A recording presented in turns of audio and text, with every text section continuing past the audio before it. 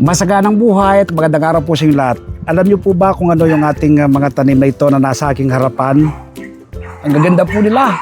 Nakaka-amaze po, no? Ang tataba. Ilang araw na lamang po. Siguro mga 15 days. Harvestin ko na to. Yung mga kasabay kasi nito na tinanim kong pechay, mustasa at butchoy, na-harvest ko na, no? Mas matagal lang siyang konti itong repolyo.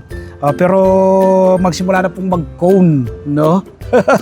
Napakagaganda po nila, ang tataba. Malalaki po yung pinaka-cone niya sa ibabaw. So short-tour ko po kayo dito sa ating mga tanim na repolyo, dito sa ating garden, no? Makita po ninyo, nakaka-amaze sila ang lulusog. Ayan po sila, oh. Tingnan nyo po. Malaki na po yung bilog sa ibabaw. Ayan po, yung bilog sa ibabaw, di ba? Yan, laki, oh. Tingnan nyo po ito.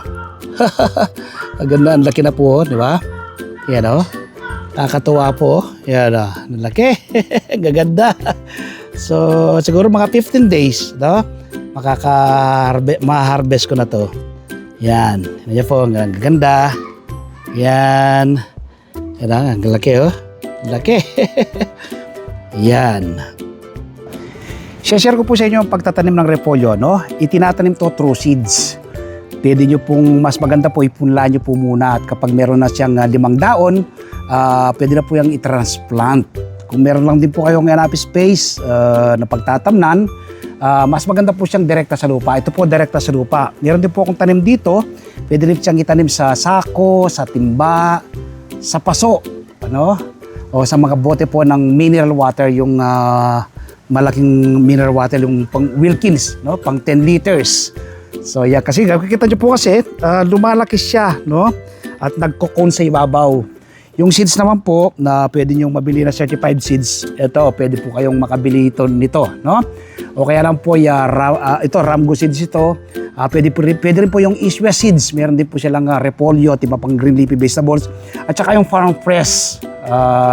May mabibili po kayo yan sa SM Supermarket, sa Shopwise, sa Ace Hardware, sa mga plant nursery, no? Meron po kayong mabibili ng certified seeds. So, yung lupa naman po na aking ginamit dito, ito, direkta sa lupa, binuhaggag ko muna, no? Yung mga buo-buo, binuhaggag ko siya. Tapos naglagay po ako ng vermicast at coco peat, no? Yung vermicast po, paunang pataba po yan. At habang lumalaki po yung halaman, nagdadagdag po ako ng vermicast. Kaya naman po nasustain niya yung kanyang laki at ganda, ang kanyang lusog. Kasi nga po, once a week, nagdadagdag po ako ng vermicast. Ganun lang po kasimple at kadali ang pagtatanim ng repolyo. Kung may natutunan po kayo, i-share nyo po sa inyong mga kaibigan, sa inyong mga kamag-anak itong ating video tutorial na ito nang sa kanon.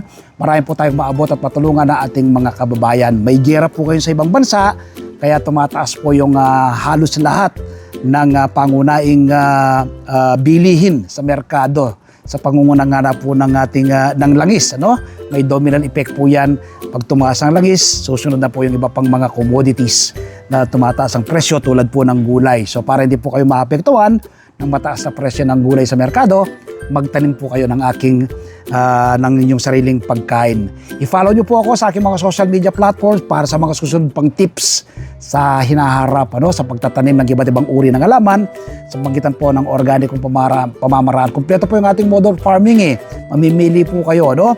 Nagtatanim po tayo sa bote, nagsishare tayo ng pagtatanim sa bote, na sa timba, sa paso, sa sako, direkta sa lupa.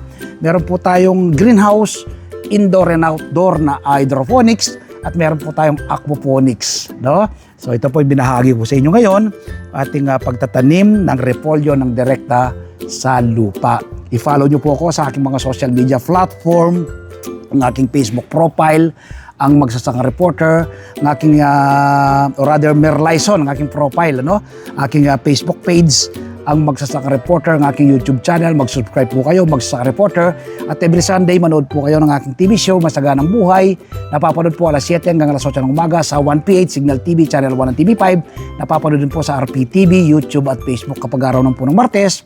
Umaga po kayo ng kopya ng Pilipino Star ngayon. Meron po akong column dyan, Isinusulat ko po sa aking column ang iba't ibang do-it-yourself tips at iba pang sekreto sa pagsasaka. Happy farming po. Bye-bye. God bless.